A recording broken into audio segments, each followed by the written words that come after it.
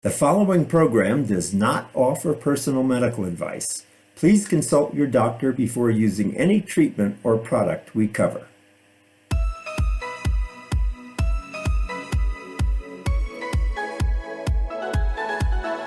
Welcome to Go to Health Media with your host, Jonathan Marks. We provide a welcoming environment where experts educate you on important health topics, answer your questions, and provide information from which you can benefit in consultation with your doctor. You can visit and subscribe to the show at gotohealthmedia.com. And now, here is Jonathan Marks. Hello, everyone. This is Jonathan Marks, and welcome back to another session of Go to Health. We're so happy to have you with us today. And today we're talking about a big topic. It's called the Big C sometimes. We're going to be talking about cancer. And almost 2 million people will get diagnosed with cancer this year and every year. And that means that there are 2 million families and friend networks that really get affected with this diagnosis. Care can go wrong in so many ways that you really have to make sure you're getting good care. And part of that care is how you take care of yourself and how you take care of your family and relationships. So my guest today, Dr. Kerry Forrestal, has written a book called Crushing Cancer, A Patient's Complete Guide to Managing a Cancer Diagnosis. And what he provides in the book is not about how your cancer is treated, because your doctor will work with you on that. But what Dr. Forrestal does is go through a game plan for how to manage your treatment, how to manage your finances so you don't get broke, how to spot cancer scams, because he says there are a lot of them that we'll talk more about, how to manage your workplace, and what legal protections you have. So stay with us, because this is going to be a very interesting discussion. If you know somebody who has cancer or there's been cancer in the family, I think this will be very helpful. So let me first tell you about Dr. Forrestal. He's been an emergency medicine physician for 21 years. But he's had other lives. For 17 years before that, he was a medic in emergency medical services. He's a member of a whale and seal stranding team. That's interesting. And he also holds a master's of business administration. He's been a professor at several colleges in both science and business. And he's been an officer in the New York Air National Guard, 106th Air Rescue Wing. He's also the founder of Career Culture Competence Initiative at the Stony Brook School of Medicine. He's a researcher in domestic violence. He's an ocean lifeguard on one of Long Island's busiest beaches, and he's taken several medical missions to Haiti. Dr. Forrestal has had cancer in his family, so he can speak from personal experience and also professional experience, because the emergency room is one place where cancer gets frequently diagnosed. So, Dr. Forrestal, welcome to the program. How are you today? I'm excellent, Jonathan. Thank you so much for having me. Tell us about the book that you wrote. It's called Crushing Cancer, A Patient's Guide to Managing a Cancer Diagnosis, and people can buy it on Amazon. This is Dr. Kerry Forrestal. It's like Forrestal. But if you go to Crushing Cancer on Amazon, you will find that book. But Kerry, what led you to write this book for us? So, yeah, a lot of people find it a little strange that an emergency room physician, an ER doctor, wrote a book on how to manage cancer care. And there's really three main reasons that this happened. First, we find a lot of suspicion of cancer in the emergency department. So people come in, they've got a sore shoulder, we x-ray it in the upper lung field. You see something, well, we got to do something about that. We find a lot of incidental cancer. And it's always been very frustrating to me to say, yeah, you've got this big problem. Good luck with that. I've always wanted to do more. ER has always been my first calling. Oncology, I was interested in pediatric oncology when I worked up at DuPont. But ER, it was, for how I think and how I work was for me. So there was that element of it. And then the other is that in the emergency department, where do you go when things go wrong? It's one of the first places you go is to the emergency department. You call any doctor's office, they say, if this is an emergency, go, if you're worried, go to the ER or call 911. So I've seen a lot of the ways that cancer care can go wrong over the years and things that were avoidable. Things that if people had better information or they had access, to something that could tell them what to do. They could have avoided a really unfortunate development. Cancer patients can't afford to lose ground. So giving stuff away that could have been avoided is definitely that's terrible. And when you say something goes wrong, Kerry, do you mean on the part of the medical care, or do you mean on what patients could do better for themselves? Both. Both. You see, there are a lot of times when people, not everybody can do cancer care the way it's prescribed. I can easily write a prescription for whatever medication you like, but if the patient can't afford it, can't get to it, they can't get it delivered from, then they start trying to adapt, and those things can wind up with some pretty terrible outcomes. So yeah, it's a combination of all of the above, but a lot of it is avoidable, if people are properly, have the proper resources. And then the final, like we were discussing before, is that it's affected my family pretty tremendously over the years. Right. So I think we'll go into that more later. Yes, great, good. So tell us some chapters of the book. What do you cover in the book that would be helpful for people? So one of the chapters that I hadn't anticipated writing, but came about because of the number of cancer patients that I talked to, was the why I wait. So the pathology process, like people, you go in, you get the biopsy, right? You have this suspicion that you have a problem, be it breast or prostate or whatever, and you get the biopsy, and then you want the answer right then and there.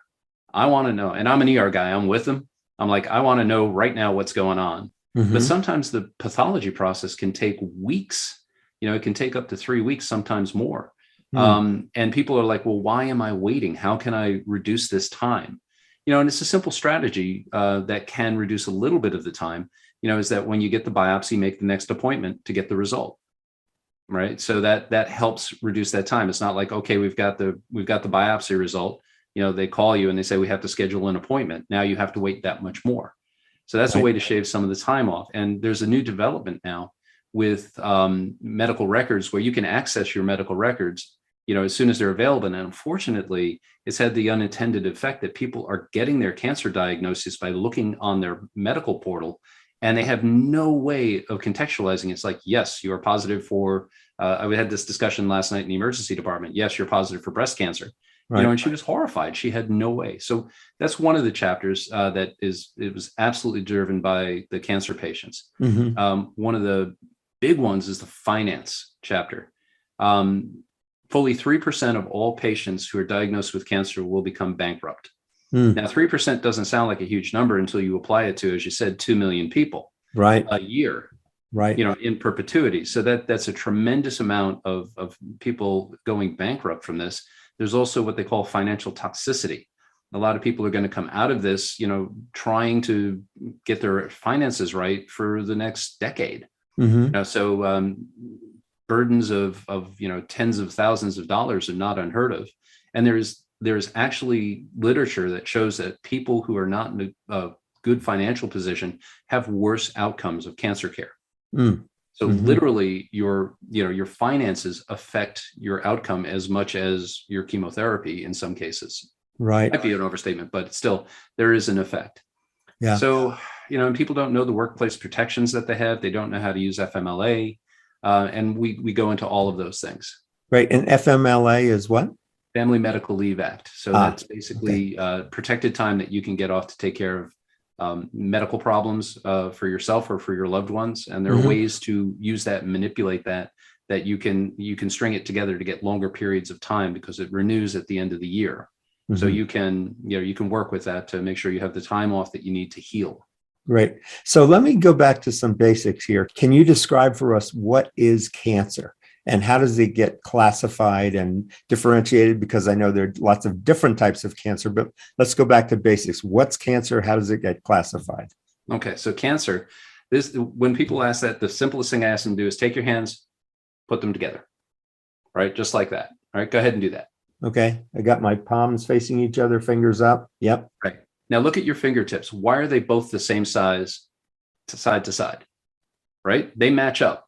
They do. Index finger to index finger, right? They match up. They're the same size, right? Now there may be some small differentials, but there is an off switch for growth in your body, right? it grows to a certain size and then it stops. It says that's as far as you go. That's the length that it has to be, and it keeps it there for a lifetime. Now, wear and tear, maybe it shortens people, and certainly we can pack on the pounds eating too much, but we won't get taller from eating. We may get wider, but we're not going to get taller. Okay. Right. So the cells have in them an off switch. It says, okay, we're done. This is as far as you go. When that off switch gets broken, then you have uncontrolled growth. So cancer is actually a series of diseases whose common denominator is uncontrolled growth. There are a lot of different causes. There are chemical causes. There are viral causes, environmental exposures. There are a lot of different things that can cause cancer, but uncontrolled growth is that common denominator. Got it. Okay, good. And there's a classification system. I think it's called TMN. What does that stand for, and what does it mean? So this is in trying to figure out how to classify tumors. And you've heard I have stage 1 cancer, stage 4 cancer, which is the one that's at the top of the thing nobody wants. Right. So they look at the tumor size. They look at if any of the lymph nodes in the area are affected, or if there are any lymph nodes distantly. That's the N. M is metastasis. How far has it gone? Stage 1, it's right there. It's just one nodule. It's just, we know where it lives and we know how to get it. Stage 2 is a bit more spread. Stage 3 is more. Stage 4 is like above and below the diaphragm. And that's a main classification. There are others, like for brain tumors, there's a whole different classification. And most of it, we all talk about staging of cancers and what the prognosis is, what's the survival rate. That's a very typical thing. But all of these were never meant for patient prognostication. People don't come with an expiration date. If you have stage 4, adenocarcinoma of the pancreas, all right, that's not a great outcome, but you can't look at that number and try to judge what your survival rate is, because that's everybody who has it. That's the 95-year-old guy who's not going to do anything about it. That's the guy who won't comply with care. That's the guy who's got 5,000 other problems. So, it's a very human thing to do, to look at the survival rates based on that TMNN. But, it's really not meant for that. Your cancer is unique to you. And your outcome will be unique to you. So, it's always the first thing. I've had to talk a few people through that. I looked it up and I have stage whatever cancer, and this is like, you gotta come down from that. You are an individual, your cancer is individual, is an individual situation. So don't get wrapped up in the classifications of it. Leave that for the scientists and the doctors. Okay, good. So, and it really is your individual journey with cancer. Oh, yeah. And even if you've had cancer in the family, you might be genetically predisposed, but it doesn't mean that your cancer is going to express itself during your lifetime. Is that correct? Correct. Yeah, there's what they call, I don't want to get too far in the weeds with the fancy talk, but because you've read the book at this point, I speak plainly so that people can access what we're saying. Right. But the name of it is called the stress diathesis model. In other words, you have a predisposition to have something happen, but then you have to have the insult.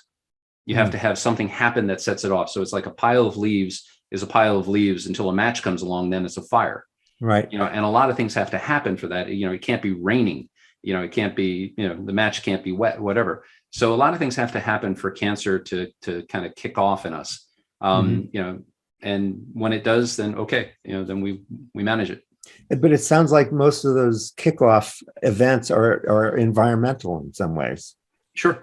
Yeah, the things that we get exposed to. In some cases, it's us, but there are, for example, with breast cancer, you take BRCA. We know that there's a genetic predisposition. If you have these genes, there's 60-80% chance that you're going to get breast cancer, and probably 40-60%. I'm a little foggy on the numbers this morning. Like I said, it's those overnights in the ER are catching up to me, but yes, you'll get ovarian cancer. So, but yeah, a lot of it is environmental. You think about skin cancer and melanoma with sun exposures. You think about lung cancer with smoking exposures. You think about gastric cancers with alcohol, and then there are the whole viral thing. Think about the viral driven cancers. You have hepatocellular carcinoma, cancer liver of the cancer that's driven by hepatitis.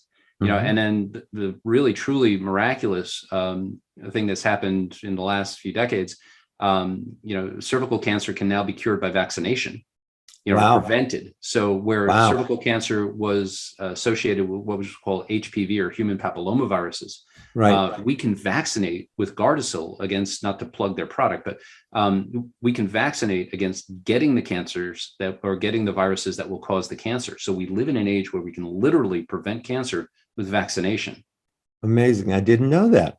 Wow. I'm glad I had you on that. We're sharing that information with people. I had no idea. Good. Yeah, it's neat. The Cubans, I don't know how this is shaken out, but the Cubans are working on a vaccination against lung cancer. And I'm very foggy on that whole thing. I'm not 100% sure. I've seen a little bit of it, but I haven't dug into the literature to know if that's a real thing or if it's just, all hail the revolution.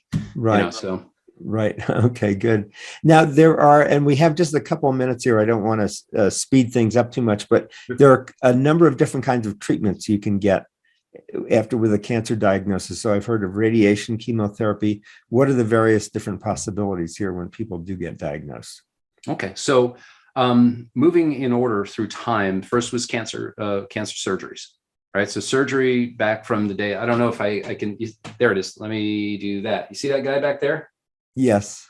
Right. That's the Edwin Smith Papyrus. It's the oldest known medical document in the world. They found it in Egypt, 20th century when they were all running around, 18th century or 19th century when they were running around grabbing everything out of Egypt. But it's a document from thousands of years BC that described cancer surgeries. Surgery was first. Then Madame Curie did her thing, and we realized that radiation had some therapeutic benefit. I think there was an early case where somebody had a growth on their arm and they strapped a little radium to it and it made it go away. And then that's now come forward to a very, sophisticated radiation oncology, where we can shoot beams at the tumors at really deep spots that we can't get to, shrink them down or even remove them. My mom's done that twice now with her lung cancer. She's had 3 bouts. 2 of them have been treated with radiation. And it's amazing. She says, if I wasn't in the room, I wouldn't have known it happened, which is not something you hear for somebody who's treated cancer. Right. And in the 1940s, a guy named Stanley Farber came along and he came up with this idea. He actually is an interesting guy. He wasn't an oncologist. He was a pediatric pathologist. Okay. And he came up with this idea. Kids with leukemia back then were doomed. So he said, I have this idea. I'm going to give them this chemical. And the first round made the cancer go faster. And you figure that would be it, that we're not doing that ever again because the kids died faster. But they tried it again. It was a different time. And he figured it out. He's like, wait, no, flip it. I'm going to give a medicine called amphotericin. And he started saving kids. And you see the birth of chemotherapy. So that's the third wave in all of this. And now we've got some very, very sophisticated drugs that are doing some amazing things. But we live in the future. And we now see this rise of immunotherapy where they're doing unbelievable things. They have viruses that specifically go after melanoma. They can train your T cells, those parts of your immune system that they're supposed to go out and get rid of the disease. They can train your T cells to go after the cancers, called CAR T. They're doing just amazing, amazing things. When I went through my undergraduate degree in biology, immunotherapy was interferon, and that was about it. That was about what you had. But now, like I said, it really is amazing. They are customizing the cancer care to specific people using their white blood cells to kill their specific tumor, which they train the thing to kill. And that's really a trend going on in medicine today, is really literally personalized medicine, personalized to you. Yes. And that's what you're talking about. That's what we're talking about. So, and it really is, it's amazing. I mean, there are the thing, if I had people go away from this broadcast knowing anything, is that there is an army of people in your corner. You do not fight alone. You have this incredible array of unbelievably dedicated guys, and they're so smart, just working on this day in and day out, so you do not fight alone. Great. That's a good message. We're talking with Dr. Kerry Forrestal. That's Forrestal. He's written a wonderful book called Crushing Cancer, A Patient's Complete Guide to Managing a Cancer Diagnosis. We'll be back to talk more with Dr. Forrestal after these messages. Stay with us. We'll be right back. You are listening to Go to Health Media. To reach Jonathan Marks or his guest expert, you may send an email to jonathanmarks@gotohealthmedia.com. You may also visit and subscribe to the website and show at gotohealthmedia.com. And now, back to this week's show. Okay, welcome back. This is Jonathan Marks again with Go to Health, and we're so glad you're here. We're talking with Dr. Kerry Forrestal, who's written a book called Crushing Cancer, and it's all about managing a cancer diagnosis, not the treatment itself, because your doctor will do that individually with you, but it's really about managing your life through the cancer treatment and diagnosis. And Dr. Forrestal, one thing I wanted to ask about, I know there's a tremendous amount of pain involved with a lot of different kinds of cancers. So how does pain get managed in cancer treatment along with treating the cancer? How does pain get managed, and how do people cope with that? Sure. So there can be pain associated. That's the thing that people fear is the pain that comes along with this.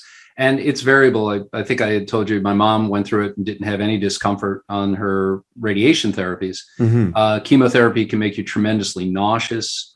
And some of the surgical and the process itself could be very uncomfortable. But there's what we call the pain ladder. So we talk about managing pain where we start with simple stuff. Just exercise and lifestyle and just things that put you in a good frame of mind.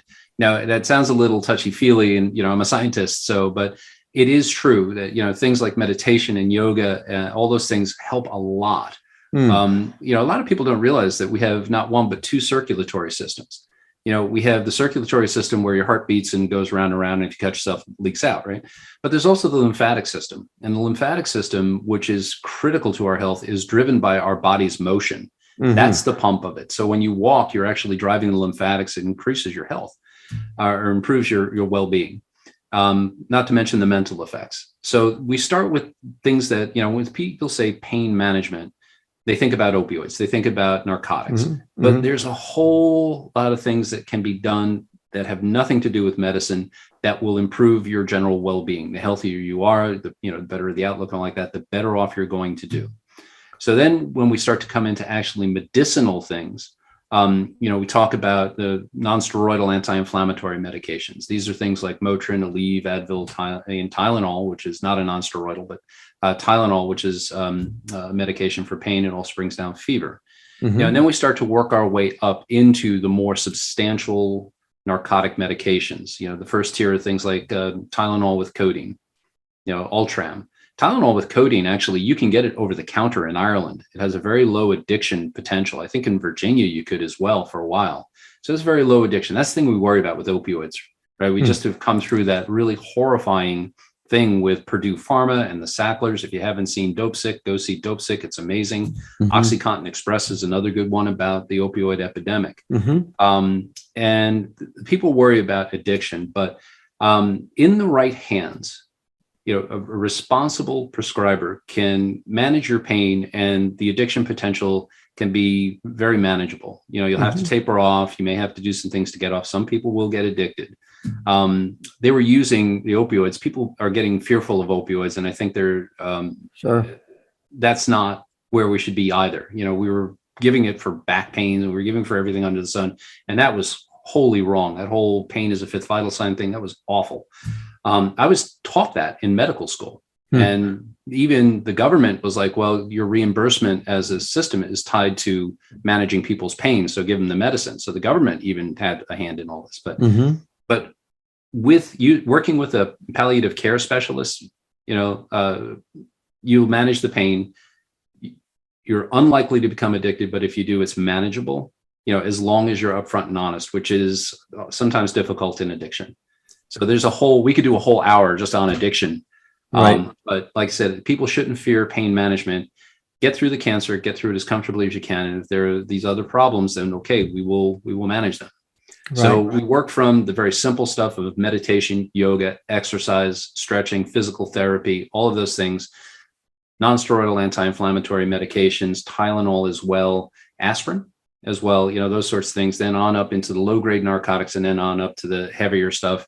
like your OxyContins, like your morphine. Morphine is pegged as the one on the scale going up and down, and even on up to fentanyl and Dilaudid if need be, in bad cases, and certainly in cases where the patient has become terminal. Well, that's a different story. You're not worried about addiction. Be comfortable.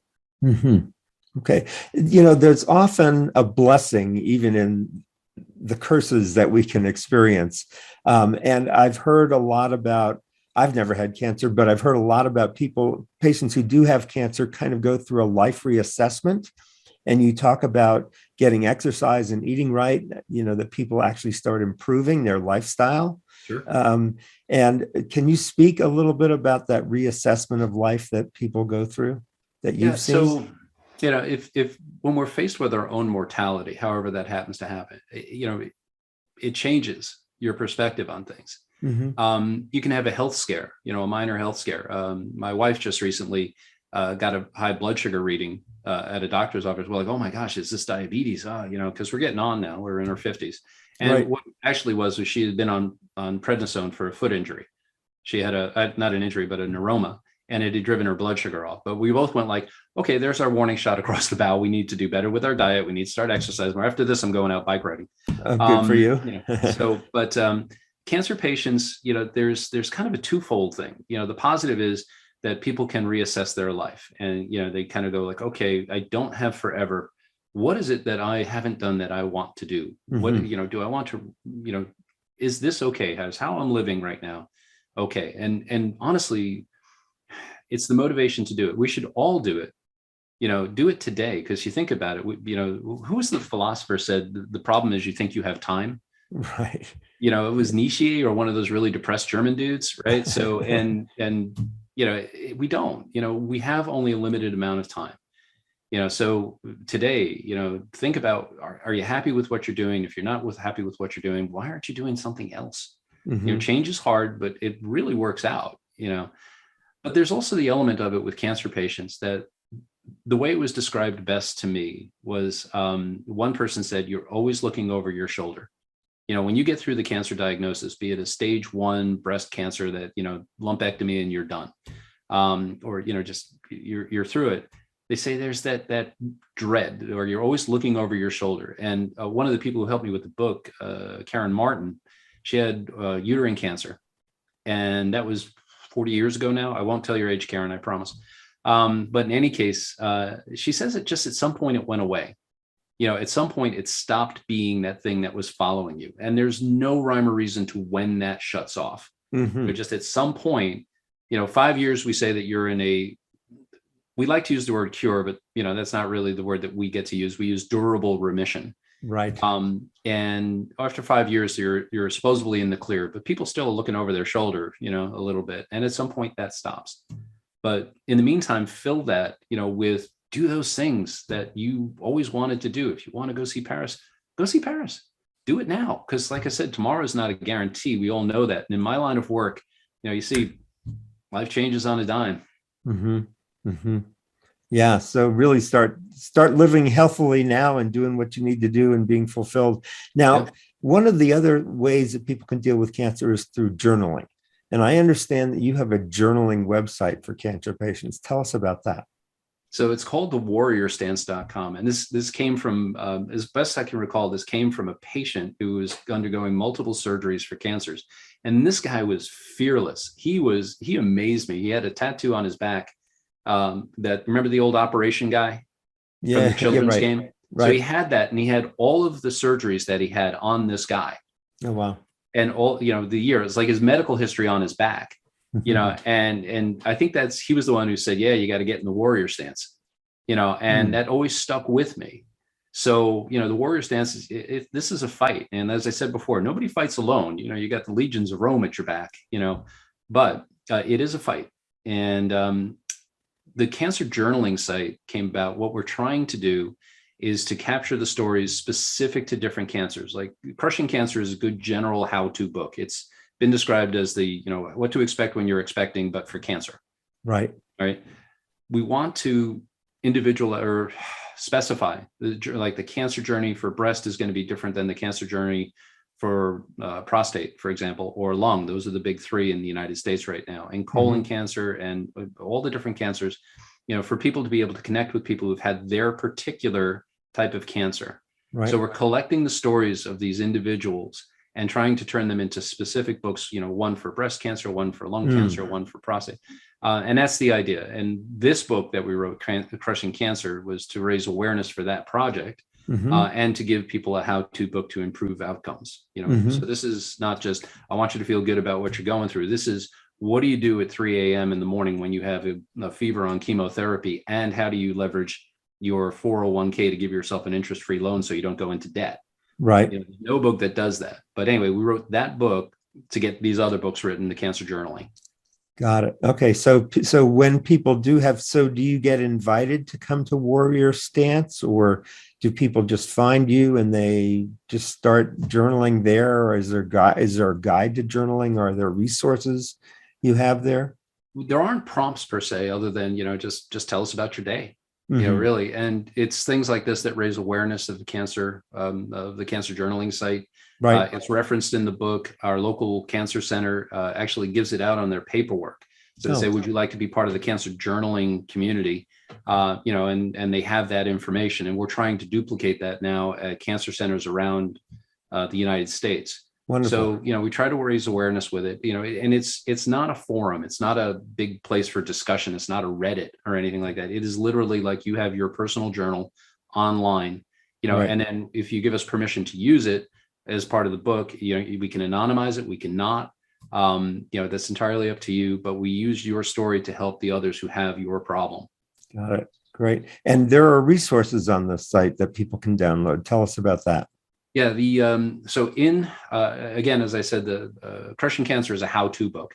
So we have, for example, checklists for what you need in your medical bug out bag. So if you do have a medical emergency, have it right by the door so that when you leave, you just pick it up and it's got everything that you need. Medical kits for home, checklists, financial checklists. We say for managing the finances of this thing that you should start from hour one, day one, of how to deal with the financial impact of this disease. And we start that with a budget. What do you need do you need 4 different subscriptions? Do you need Apple TV, Hulu, Netflix, and Amazon, and Paramount, and Joe's, and all like that? So those sorts of things from hour one, day one, to get your finances under control. And there's a budget sheet for that. There's a checklist for things for the doctor. There's checklists for things how to get going. And I made them all free online. People can download them all they like. So Right. They're in the book, but they are downloadable. So Right. Good. So we're talking about Dr. Forrestal's website called Warrior Stance. That's warriorstance.com. And there you can download those helpful checklists that he was talking about. And those checklists and a lot of the resources are talked about in his book called Crushing Cancer, A Patient's Complete Guide to Managing a Cancer Diagnosis. So Dr. Forrestal, I know you've had some personal experience with cancer in your family. Can you tell us about that and some of the motivations that has brought to you to writing the book? Sure. Yeah. Cancer, unfortunately, runs very, very strongly in my family. I think I made mention mom's working on her 3rd bout of lung cancer. Wow. So heavy smoker for many years. And then finally stopped, and she did the thing that the smokers always do, is say, I stopped smoking and I got cancer. Okay, that's not how that works, but sure. So the first one, she had a partial lobectomy. They took part of her lung because they were suspicious that it might be the tumor. And that was rough. That was, she had a chest tube in, and she really had a rough go of it. She's 86 now, so that was she was 76 at the time, and healthy. Healthy woman, gardened every day, walked, ran on the ambulance for many years. But that was a rough go. This next 2 that she did were radiation, and they were much easier. Dad's had skin cancer. That's, they just lop it off and you're done. My grandfather, veteran of World War I, World War II, and Korea, he was born in 1900. So he was right in that zone where you can do that. He died of bladder cancer that metastasized to his liver because there was really nothing, 1970s, they really didn't have a whole lot to offer. They had some chemotherapy. It was non-operative. Right. They didn't think radiation, they didn't have the radiation therapy that we have today that was packing things with radium pellets. I think I told you what they did with my grandmother's uterine cancer. Mm-hmm. So, she survived both bouts of her uterine cancer. He did not survive his bout of bladder cancer. Brother-in-law with prostate cancer, obviously not genetically related, but still. And then I have a cousin, unfortunately, who has brain tumor that we're kind of worried is not going to go very well. He's a pediatric ophthalmologist and just one of the most wonderful people you want to meet. So, runs very strongly in the family. I don't know if my number is going to come up. I was never a smoker, but, I certainly have my own environmental exposures. Right. Wow, that's quite a burden to carry, which is, a lot of cancer in the family. And then you're also dealing with cancer, as you said, very frequently in the emergency room. Yeah. Yeah. The people who just get diagnosed. And that's a big reason why the book, I really thought of this as the way to do that. When you say you may have cancer, that curtain comes down. That person is not taking any more information on, for whatever period of time. Again, everybody's different. Right. And my brother-in-law, who had the prostate cancer, he described it as all of a sudden you're in Charlie Brown. The guy's talking, but it's wah, wah, wah, wah, wah, wah, wah, wah. He got nothing of what they said to him. Karen Martin, when she got her diagnosis of uterine cancer, again, the doctor who helped me in writing this, she got home and she's very Italian, very, she's going to charge at this thing. And she started telling her husband, who's one of the most laid back guys on the planet, this is what we're going to do. And he goes, that is nothing of what you just said is what the doctor said to you. There wasn't a bit that was right about that. So he was there and listening as an advisor. Yes. So you should have somebody there listening, right? Because you got to have your wingman. You got to have, in my brother-in-law's case, my sister was there.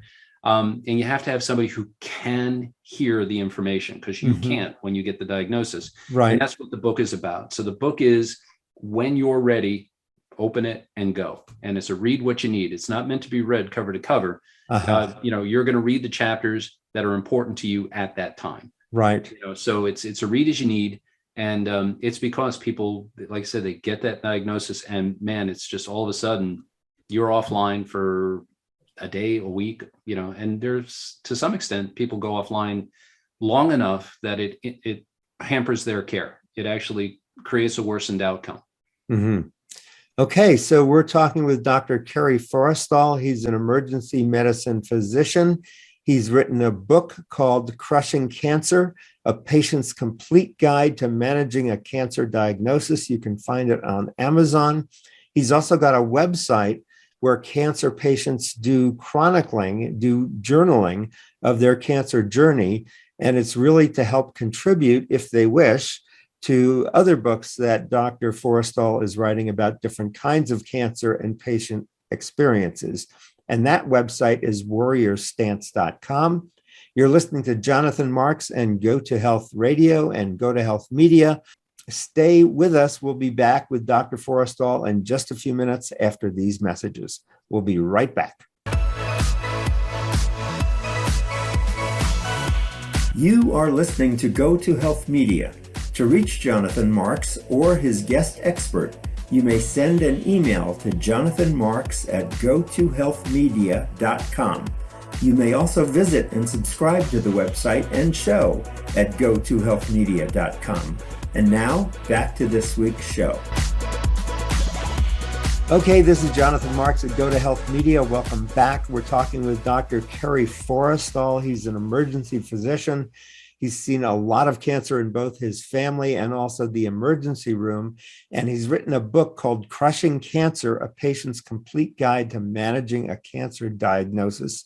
He's also got a cancer journaling site at warriorstance.com where patients can go and journal about their cancer and actually inform others about what it's like going through particular types of cancer that they may be experiencing. So, Dr. Forrestal, let's talk about handling finances. I know that's a big part of your book. What do people need to know about handling their finances during a cancer diagnosis and treatment? Sure. So this is one of the biggest topics. It's the longest chapter in the book. And handling your finances actually will or can affect your outcome. So, and it makes sense. If you don't have the money to buy the medications, for example, that you need for whatever is going on, you're not going to get a good outcome. If you can't afford the gas to get to the appointments, if those sorts, so it has a direct effect. The way you manage your finances has a direct effect on your cancer care. So what we advocate in the book, again, in my background, I took a Master of Business Administration from Binghamton University, and tremendous program up there. But one of the things we talk about in the book is from hour one, day one. So you start this process not when you start to get into trouble, but right from the second they say you have this diagnosis. You're going to call, you have your first calls that you're going to make, who's going to take care of the kid or the pets or whatever while I'm doing this, all those sorts of things. Then you need to sit down and think about your finances. Mm-hmm. Now, the conversation that you have, let's say you're renting a place, and the conversation that you have, let's say 6 months into treatment when you're behind on your rent, and the guy's like, look, I want my money or you got to get out, and you're looking at eviction. That is a different conversation that you're going to have if on day one you say to him, I have a fairly serious health burden here. I have a problem. If you feel comfortable telling him that it's whatever type of cancer, that would probably help. But if you don't feel comfortable doing it, you shouldn't be obliged to do it. And you say, I may get into some weeds here, with what's going on, but I'll make it right. That's a different conversation than when you're trying to fight off the bill collectors. Mm-hmm. And you call everybody that you're going to owe money to, the guy who, the electric company, the water, all of those people say, look, I've got this problem. What programs do you have to help me? Right. Now, there's a tremendous system that nobody knows about, right? Okay. Nobody knows about this, and it's all over the United States. And I love these guys. It's the 211 system. So now what this is it's an informational system, right? That if you need, let's say, help with your bills, you can call them. All right. Now, they're not going to help you with the bills, but they're going to have the people who can help you with the bills.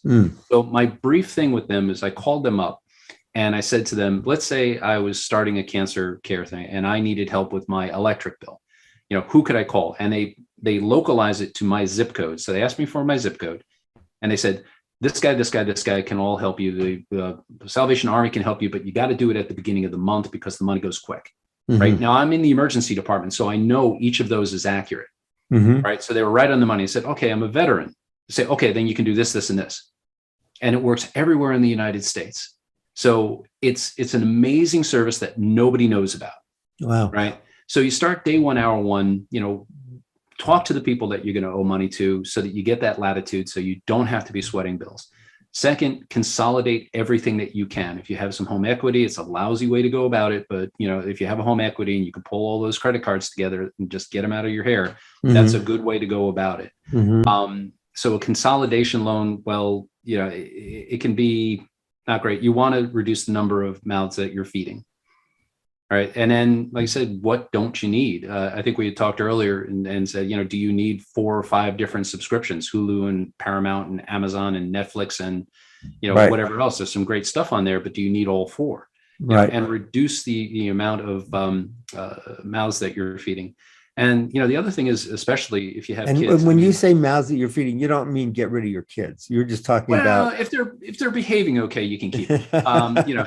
So, but yeah, no, the amount of bills that you have to pay off, so, but, talking about kids, you and I have lived a life. We know that we can do what we have to do to survive and probably wouldn't phase us a whole lot, so if, we had to, cut whatever corner, it was a corner that we're cutting. But if you have kids in your life, where they're taking ballet or they're taking something else, to have to reduce that for me, it would kill me. If I had to tell my daughter that, you can't do this because, right. So, reach out, be creative, say, hey, for, birthday present, can you give the lessons? For Christmas? Can we, do those things to keep the kids going so their life is as normal as possible while you're going through this? So, be creative about those things. They're people who want to help, direct them, let them help you because, none of us walk alone. So there's those elements to it that, right from hour one, day one, you want to start managing the finances, and the budget sheet's there to help you. You can see where your money's coming in, where it's going. If your workplace is supportive, there's a lot of things they can do there. We've had donations at the hospital when people have been sick of FMLA. That's Family Medical Leave Act, where you can have time off that's protected and not lose your job. There are a lot of things that you can do, and we go over a lot of them in the book. But that's the most important thing. I'm going to say the third time, hour one, day one, start early. Got it. So if you're listening to the show and you don't have cancer yet, you're going to want to take down a note. It's called Crushing Cancer. the book. And it's all about managing cancer, as the doctor says, from hour one, day one. So just keep that resource by your side. You may find a friend or somebody you know who gets cancer. You might want to give them the book, or just keep it available for yourself. So, Kerry, I wanted to talk about another topic, which is interpersonal relationships, which is you've just gotten a cancer diagnosis. It's a huge piece of news in your life. It's a huge burden or scary burden. And so the question is, who do you tell? What do you tell them? Do you say anything? What's your advice about handling relationships? So, yeah, this is again a very, very personal decision. My grandfather, when he had bladder cancer, pretty much told no one. We had to figure it out. Well, my parents had to figure it out, and he didn't allow anybody to drive him back and forth to cancer care when he got his chemotherapy infusion. So he drove himself. He's up in New York City in Bronx. And, my grandmother's like, how did it go? Fine. He's a stoic soldier. So, he didn't let anybody know. So who are you is where that starts. Some people are going to put it on Facebook and Twitter and Instagram and everything. So, oh my God, I've got this cancer. I need prayers, and some people, that's how they process it. Other people want nobody to know. They're just going to want a very few number of people. The more people that you tell, there is the element of it where you're going to have to emotionally interact with these people. So when you say somebody, I've got this cancer, they're going to be like, oh my God, and now you're going to have that discussion. Right. And it can be exhausting. Sue Fondy, Dr. Fondy, who's a lieutenant colonel, or now actually a full colonel in the Army, had breast cancer. And when she told people, she kept her circle very tight. And when she told one of her family members, she ended up having to console her. So, she's dealing with this issue with breast cancer, and she's consoling this hysterical family member, and it's exhausting. Right. So, right. How do you feel about the information being out there? Who's in your network? You're not going to go through it alone. So who do you want in your circle? And really, for what reason? There are people who are going to, want to know what's going on so they can go have something to tell other people.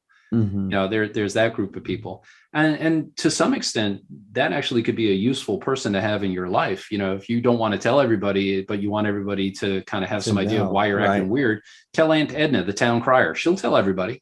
She'll shop your business, and you don't have to do it. And the other thing with interpersonal relationships is we are terrible in this country about talking to people who are sick. It gets very awkward, and people say some truly moronic things. It's you've got cancer. Oh, good. You'll be able to lose some weight. What? That's when that's come up. There's a whole section in the book of things people say that are you just shake your head. And they're not trying to be malignant. It's just we don't know how to talk to people who are sick. We have, it's common. 1/3 of all Americans are going to get cancer. So these conversations, they're going to happen. There's a book called The Etiquette of Illness, and it's brilliant about how they talk about, how you talk to people who are sick. And the best advice I can give you is don't gush, don't force, don't whatever. Listen, just listen to the person. Say, hey, listen, I'm thinking about you. If you need anything, what can I do? How are you doing? Right. Just being supportive. Yeah. Yeah. So, like I said, it's a very individualized thing. Some people are going to put it on blast. Some people are going to, hold it close. So, and it's all okay. It's all okay. Yeah. There's a great, Leah Guy does a great podcast, and she did some stuff about toxic positivity, about how we want our cancer patients to be happy warriors. And there are a lot of them who are like, yeah, man, this is giving me a new leaf on life. I'm going to beat this thing. And they're very tough, but we shouldn't oblige sick people to be happy warriors. You shouldn't feel the obligation to put on a happy, brave face. So it's you have to go through what you're going through honestly. And if you can't be around people, then it's okay. You shouldn't be obliged to be around people if you're not there. I would think that there's a lot of anxiety about, do you tell your employer? Don't you tell your employer? What do you tell them? And give us some advice about, telling your employer, but also, are there legal protections you can have? I'm sure everybody's afraid of losing their job just because they got a cancer diagnosis. Sure. Tell us about that. So again, it comes down to, who do you work for? if you have a toxic workplace and this is a good, they're looking at, okay, well, we're going to have to let this guy go because he's not going to be able to hack it and all that. Yeah, if you work in that sort of environment, I probably wouldn't be very forthcoming. And even if your insurance is through your workplace, your boss has no right to know that you have cancer. None. Like I said, even if they're paying for the insurance to treat it, they do not have access to your medical records. All right. That's HIPAA. That's the healthcare confidentiality stuff. So your information is protected. But if you work in a workplace where they're like, yeah, let's all band together, then it's a really good idea to let them know again early on before you start missing work because the chemotherapy is making you feel lousy or you have your whatever happened, you become violently ill at work, for a couple of days in a row or a couple of weeks in a row because you're doing chemo. And it's really tragic that we've had people, one of the people who works in our emergency department, who passed, unfortunately, of colorectal cancer, had to keep working through the cancer because she needed the insurance. We should have some way of perpetuating people's insurance coverage when they become sick like this. Right. Now, Social Security and disability, they do have, there's a blue book of cancers and stages and all like that are automatically qualify you for disability, but there's a lot of cancer that doesn't. So, it's where you fall on that whole thing. It's an unfortunate thing that you have to be fairly sick to get that disability protection. Right. So the sicker you are, the better off you are from that standpoint. Right. Which is absurd. We should, if you have cancer, you should not have to worry about your insurances. You should automatically be, in my mind, eligible for Medicare, Medicaid, so that you can treat your cancer. It doesn't do me any good to have untreated cancer patients out there. Right. It doesn't do anybody any good. So, and then we'd also talked with workplace protections. If you have qualified for disability, then you get all the protections of the Disabilities Act. So, but if you haven't, you don't, so wrongful termination, it's a very complex network of right to work states and not right to work and all like that. So, but to understand clearly what your workplace dynamics are, are they looking to move you out the door or are they going to rally around you? Good. So we've been talking with Dr. Kerry Forrestal, MD. He's an emergency medicine physician. He's written a book called Crushing Cancer, A Patient's Complete Guide to Managing a Cancer Diagnosis.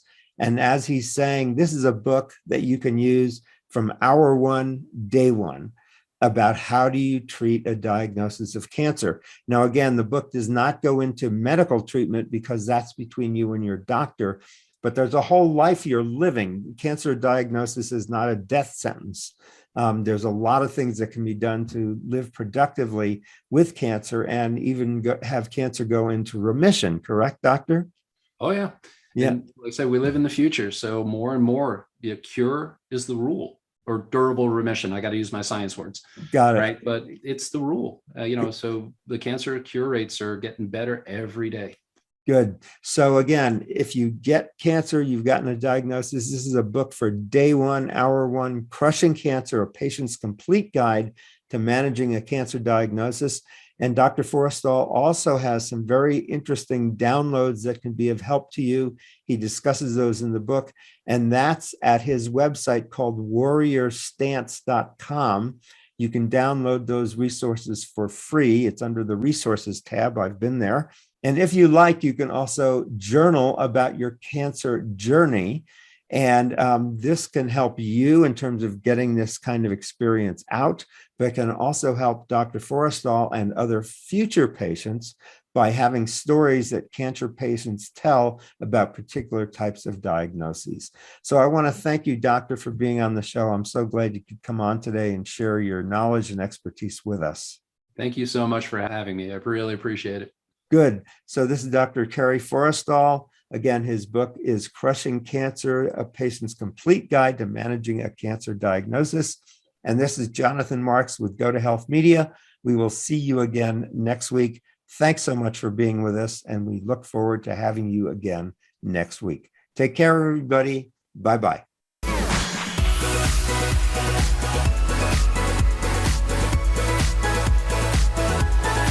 Thank you for tuning in this week to Go to Health Media. Be sure to join Jonathan Marks and another health expert next time. You can also catch the program on your favorite podcast platform. Until our next show, be sure to visit us on the web at gotohealthmedia.com and elevate your life.